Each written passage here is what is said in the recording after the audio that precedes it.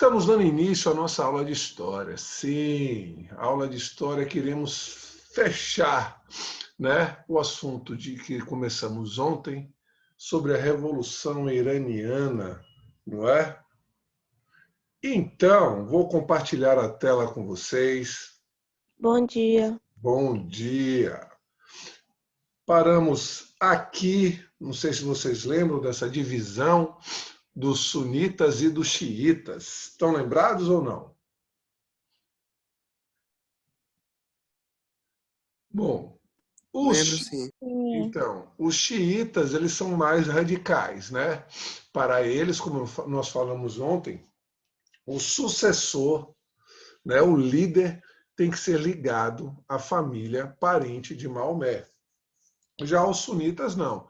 Eles não são tão radicais e eles falam, não, pode ser qualquer muçulmano. Olha lá, eu falei muçulmano. Beleza? Então, essa questão da conversão ficou bem clara, né? Qualquer pessoa pode se tornar muçulmano, mas não pode se tornar árabe. Pois bem, então vamos dar sequência. Todos estão visualizando o slide? Sim. Então, Sim. vamos lá. Muito bem. Então, essa questão, né, de sunitas e xiitas, nós falamos ontem, né? Lembrando que a concentração, né, que nós vimos, o sunita vão estar localizados na Arábia Saudita já, né? Peraí, deixa eu botar para cá, né? E no Irã a maioria é xiita.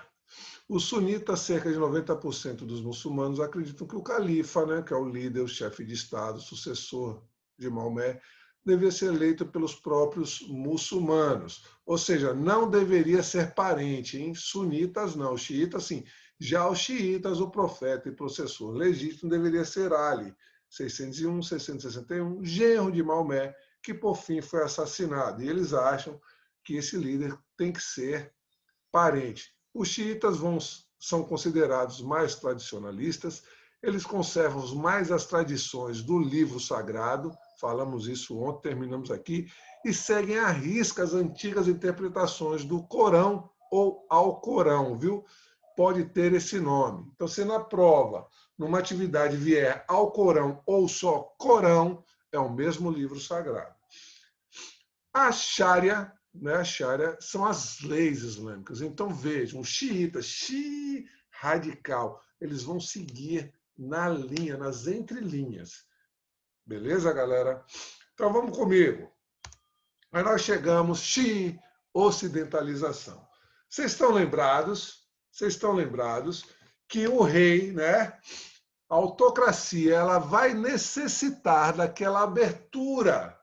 Porque a agricultura, nós vimos ontem que a agricultura, o comércio dele, né, ele necessita dessa abertura. Ele sozinho ele não consegue, porque vimos pela questão do clima semiárido, ele necessita dessa abertura, possível abertura, e eles vão fazer essa possível aliança, essa simpatização com os Estados Unidos e com a Inglaterra, mas eu não posso esquecer, né, do autoritarismo e da questão da autocracia, onde ele também, né, vai ter uma censura. Nem tudo vai passar, né, pelo monarca. Alguma dúvida? Até agora, ok. Não. Então, ó, se tiver dúvida, levanta a mão ou fala. Pensa comigo, então. Gente, os xiitas, eles não vão gostar dessa ocidentalização, dessa abertura. Pensa comigo, os caras são os mais radicais, os caras são fechados. Eles consideram, né, os ocidentais como, de repente, infiéis, porque não seguem Alá como Deus. Estão compreendendo? Então, vejam, os mais tradicionalistas não apoiam a Revolução Branca, eles não vão gostar. Então, vai rolar um choque, galera. Vai rolar um choque entre o monarca e o Ayatollah, que é o líder religioso. Ah, professor, líder religioso. Então seria uma teocracia? Sim. Teo, Deus, cracia, governo. É o representante de Deus na Terra. Vejam comigo. A população do Irã vai apoiar ele. Quem? O Ayatollah, que é chamado de Ayatollah Khomeini. Eu não sei se vocês chegaram a ver, né, mas nesse período, os jornais falaram muito. Ou seja, o Ayatollah é o líder religioso e político do povo iraniano, aonde ele vai, né? Ele vai ser aquela pessoa que vai receber os sinais de Alá. E ele vai ser aquele líder político, né, dos iranianos que vai liderar o califado. Então, vejam, vai ter uma disputa política, né, entre o monarca e o Ayatollah. Lembrando que o Ayatollah tem poder religioso e político. Então, vejam, enquanto o monarca ele vai ver que ele necessita economicamente dessa abertura, o Ayatollah Khomeini, juntamente com o apoio da população iraniana, vai questionar essa abertura. Ele não apoia essa abertura, essa revolução branca. Então, galera, o bicho vai pegar. Presta atenção. Então, vem comigo. Sexta-feira Negra. Ó, era a Revolução Branca e agora Sexta-feira. Gente, esse nome tá nos livros, está na literatura. Não é correto mais, né, falar, né, colocando os adjetivos negativos. Mas como eu não poderia colocar, vocês, não sei se vocês já tinham visto ou falado ou pesquisado sobre isso.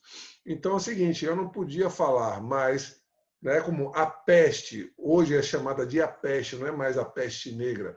Então, Sexta-feira Negra é que vocês verão por que negra. Então, assim, não pode ter mais essa nomenclatura. Então, vai ser uma sexta-feira, né, violenta. Beleza? O rei Shahreza Pahlavi, né, o monarca, vai colocar as suas tropas contra a oposição. E esse episódio fica conhecido como a Sexta-feira Violenta, prefiro falar assim, aonde, né, os soldados do monarca irá ir contra a população iraniana. Então vejam, parte da oposição vai estar ligada ao Ayatollah, o líder religioso, e o rei manda as tropas reprimir a oposição, gerando um total de 90 mortos. Então veja, então essa sexta-feira ela vai ser negativa. Então veja comigo, aumenta a oposição. Então, quando acontece, vocês já viram na história isso? Quando acontece uma coisa negativa, como assim um saldo de mortos, mas para a revolução ela tem um sentido contrário, energético, de força. Então vejam, em outras palavras, é o princípio do fim do reino de quem? De Shahreza Pahlavi. Então por quê? Essa sexta-feira violenta, aonde trouxe a morte de 90 iranianos, ela vai impulsionar ainda mais o quê? O fim do governo do monarca. Entendido isso, galera? Alguma pergunta? Sim. Não. Não? Então, beleza. Então, vejam só. Vamos lá. Teherã, que é a capital, né? Iraniana. Então, vejam lá. Olha aqui é a imagem do movimento aonde a população iraniana vai marchar apoiando o Ayatollah Khomeini. Gente, é muita gente. Então, sempre eu falo isso nas aulas de história, que o povo ele tem um poder gigantesco. Vejam, um monarca mandou os soldados, mas ninguém contém o povo, não. Se um dia a população... Ah, professor, eu não estou falando, né, para o povo, não. Só estou dizendo, Se um dia o povo compreender, como aconteceu em Roma, nos principais reinos, onde o povo, se for para a rua protestar, ninguém segura o povo. Então vamos lá. 2 milhões de manifestantes contra Shah Reza Pahlavi, Revolução Iraniana. Então vejam, vai ter todo um processo. Quando eu falo aqui agora, a Revolução Iraniana, ela irá contestar aquele governo do monarca, apoiando o governo político e religioso do Ayatollah Khomeini. Beleza? Então vejam só comigo. O que vai acontecer? Shah Reza Pahlavi não vai ter outra situação, ele vai fugir, né? Ele vai fugir, porém ele vai tentar deixar um ministro para que mais tarde ele possa fazer uma possível articulação para retornar ao poder. Mas, gente, nessas condições, olha a imagem, olha a fotografia, não vai ter ministro que fique, porque a situação está o quê? Irredutível. Há uma revolução, há uma transformação política e religiosa. Vejam que esse fechamento, né, ele teve uma importância muito maior do que aquela abertura necessária para a economia do Irã. Então vejam só, xiitas no poder igual Ayatollah no poder. Alguma dúvida? Não. Não. Então Não. vamos lá. Não. O que mudou? Aí eu pergunto para vocês, então, o que mudou agora com essa situação?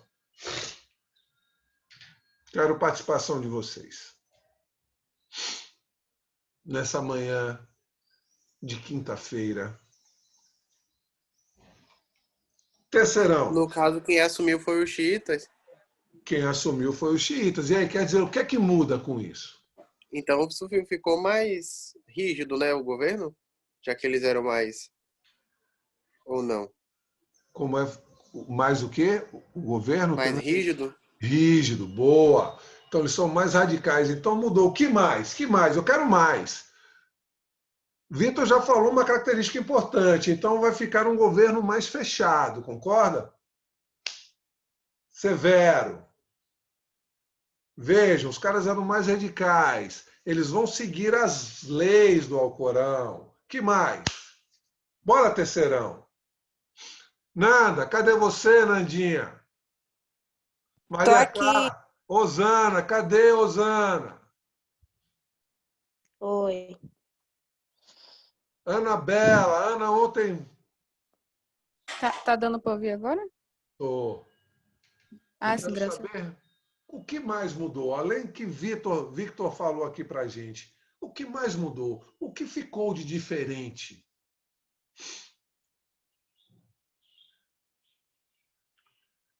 Ana Bárbara, né? Ana Bárbara. Ontem barbarizou na aula. Eu quero ver vocês, galera, porque às vezes só o professor fica falando. Eu quero ver questionamentos. Eu quero que vocês, professor, e isso, o que aconteceu? Vamos lá. Alguém? Alguém do terceirão? Victor já falou uma coisa importante, né? A questão, uma característica, o governo ficou, né, mais severo. Eu vou chutar. Então Eu chute, vou dar chute. uma. Eles proibiram alguma religião? Bom, se você for ver, né, eles são islâmicos, muçulmanos. Aí sim, mas eu quero mais. Vamos lá. Então vem comigo. Deixa de ser monarquia e se torna uma república o quê? República o quê, galera? Teocrática. Teo é Deus, crática é governo. Então vejam, deixa de ser uma monarquia. Mas era qualquer monarquia? Não. Eu tenho que lembrar do Shah, aonde era uma autocracia. E agora vira uma república teocrática. Ou seja, um governo de Deus, representado pelo Ayatollah. Mas vejam, república pressupõe um governo do povo para o povo. Mas veja, mas não é uma república, é uma teocracia. Alguma dúvida, galera? Não. Não. Então, beleza. Outra questão. Vai ter um presidente, e isso é importante, popularmente eleito. Porém, está abaixo do Ayatollah. Porque vocês têm que saber isso. O Ayatollah, ele vai ter um poder político e religioso. Então, ele tem um significado importantíssimo para os iranianos. Então, o presidente, lógico, vão escolher o presidente, vão votar e tudo mais, mas quem vai estar acima é o Ayatollah, no caso, Khomeini. Uma coisa mais radical, no caso, então, que o poder moderador aqui no Brasil. Exatamente como aconteceu aquela questão com Dom Pedro II, ou Dom Pedro I, que ele tinha o quarto poder. Outra questão é que a gente fala assim, a gente, num comparativo, não que seja a mesma coisa, que não é, porque ele não estava mais no poder. Mas eu acho que vocês perceberam que quando Dilma era presidente, quem estava por detrás era Luiz Inácio, Ele que falava, vamos assim, vamos assado. Mas aqui é completamente diferente. Por quê? Os iranianos irão escolher, um presidente, mas o poder está centralizado na mão do chefe religioso, o Ayatollah. Beleza? É como você falou, mais ou menos, como vocês viram no segundo reinado, que vai ter o parlamento à brasileira. O que foi o parlamento à brasileira? Foi quando Dom Pedro II, no parlamento, ele diz, nós teremos um parlamento não tão igual quanto o inglês, mas vejam só como funcionava o parlamento à brasileira. O monarca escolhe o primeiro-ministro, que se fizer agradar o monarca, o imperador, que é Dom Pedro II, ele fica no cargo. Se não, ele fecha o parlamento e quem manda é o imperador. Não muda nada, era só uma coisa de enganar o povão. Porque nós vimos que o parlamento inglês é diferente, Ou seja, o parlamento escolhe o primeiro-ministro. Se esse primeiro-ministro, que não trabalha sozinho, eles trabalham em conjunto com o legislativo, professor, por quê? Porque o legislativo é aquele órgão que faz, as leis. Então, veja, se o cara faz as leis, ele fica no pé do primeiro-ministro para ele ver se o primeiro-ministro está andando correto. Se o primeiro-ministro trabalhar certinho, ele continua, que é o primeiro-ministro ou o chanceler, é a mesma coisa, ele fica. Caso contrário, o parlamento escolhe outro primeiro-ministro. Mas vejam que o nosso parlamento foi um parlamento de fachada, porque, na realidade, quem mandava com parlamento ou sem parlamento era o imperador, no caso Dom Pedro II. Como aqui não tem nada a ver, porque não é um monarca, é uma teocracia, uma república teocrática, aonde o Ayatollah ele tem o poder nas mãos dele, o poder político e religioso, porém, simbolicamente, tem um presidente também no Irã, porque vocês podem ver, presidente iraniano, tal. Porém, a posição final está na mão do Ayatollah.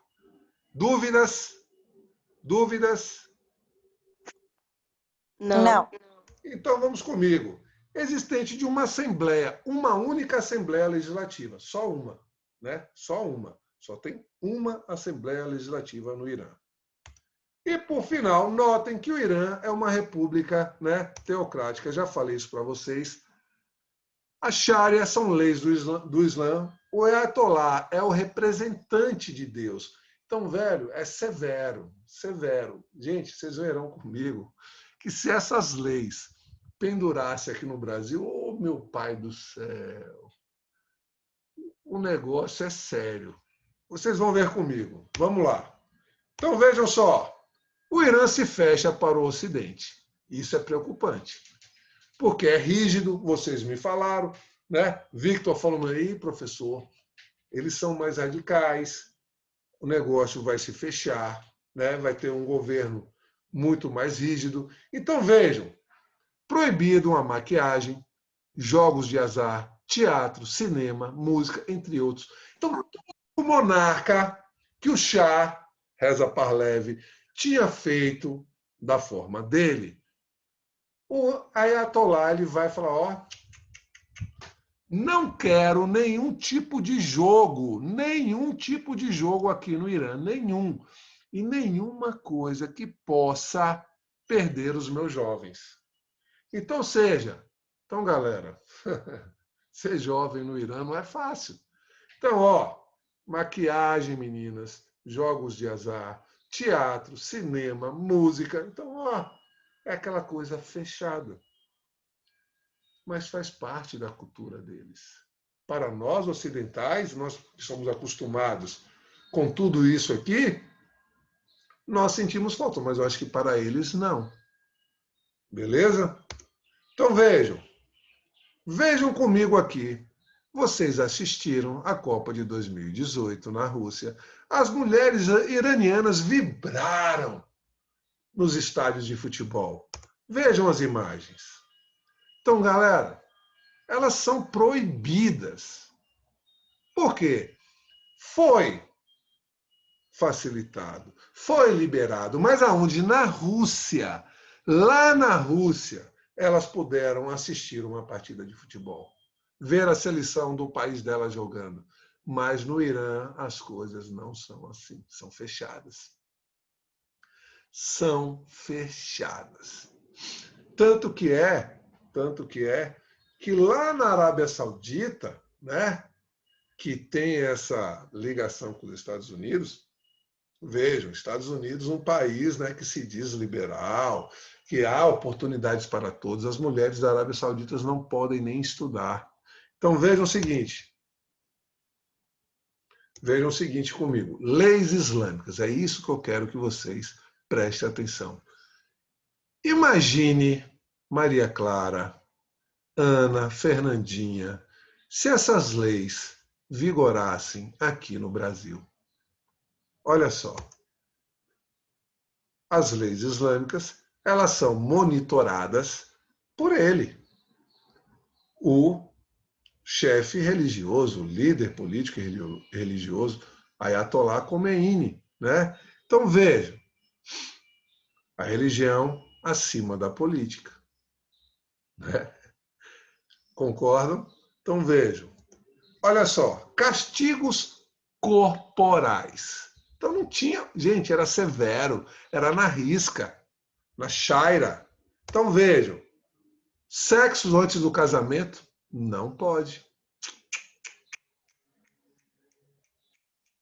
Não pode se cometer castigos físicos, corporais. Não pode, é lei. Não pode. Ah, quer, casa. Outro, adultério. Se você trair, Fernandinha quer falar? Pode falar, Fernandinha. Não, é que eu tinha falado que é tipo quase uma ditadura militar religiosa. De repente, é o que está escrito no livro. Gente, ó, presta atenção, na Bíblia, né, dos cristãos, está dizendo, né, os 10 mandamentos, né? Não cobiçais a mulher do próximo, né? Então, ou seja, mas eles seguem os mandamentos e quem não segue recebe um castigo corporal.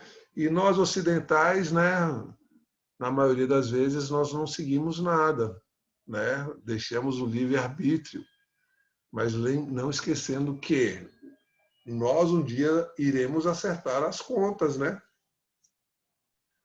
Então, Ou seja, ele impôs a religião até mesmo para quem não seguia a religião. exatamente, ou seja, não tem essa questão de não seguir.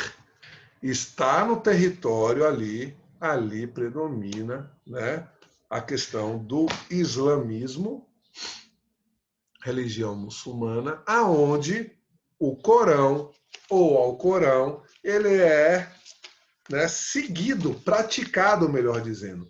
Ele é praticado. Então não tem desculpa.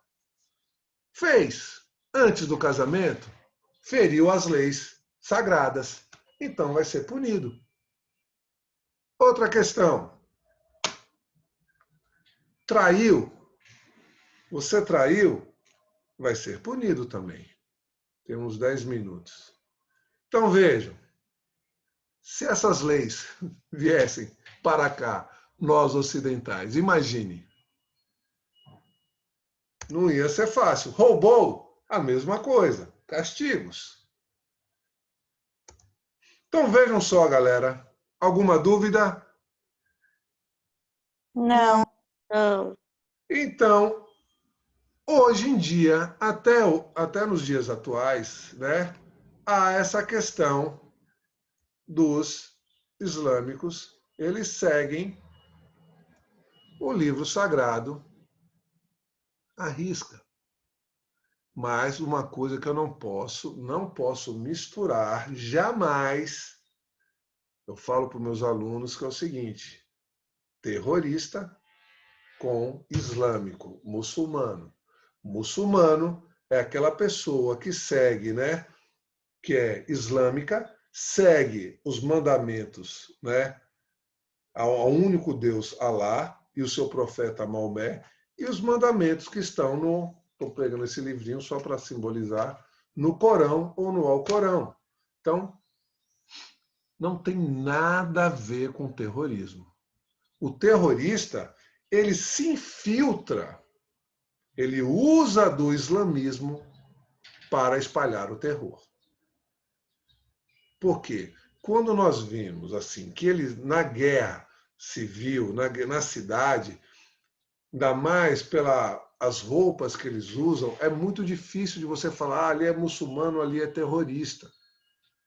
Porque debaixo daquelas roupas, né, pode estar cintos de dinamite, etc. Mas não é correto você assimilar um muçulmano a um terrorista. Porque no Corão ou no Alcorão, ele não está dizendo lá, mate o seu semelhante. Não. Ele só diz uma coisa: se a sua religião estiver ameaçada, lute, defenda ela com unhas e dentes. Mas, no mais, os muçulmanos não vão criar confusão com ninguém. Beleza? Alguma dúvida? Não. Então é o seguinte, galerinha, né? O seguinte, na próxima aula a gente vai entrar num outro assunto bem pertinente a toda essa questão do Oriente Médio. Nós iremos falar sobre o conflito entre Israel e Palestina, beleza? Nós iremos compreender como aconteceu, por que originou esse conflito. Vocês vão ver que nós vamos buscar lá na antiguidade também tudo isso. E aí vocês vão chegar à conclusão. Cada um, eu apoio, né, os palestinos, eu apoio Israel. Vamos ver na próxima aula. Galera, outra coisa, essa maneira com imagens e tal, e questionamentos, vocês acham melhor assim? Ou vocês preferem questões só, né, a gente... como é o normal, né? Exemplo assim, que nem no livro, você abre o módulo, texto, e tem uma só. Dessa Não, forma, melhor. Não, é melhor assim mesmo. Assim é melhor. assim, Assim é melhor. eu acho que as coisas ficam bem mais detalhadas. Eu acho que dá um sentido melhor, beleza? É mais dinâmico até. Mais didático. Então, beleza. Então, nos encontramos no próximo horário, tá bom? Nos vemos daqui a pouco. Aquele abraço.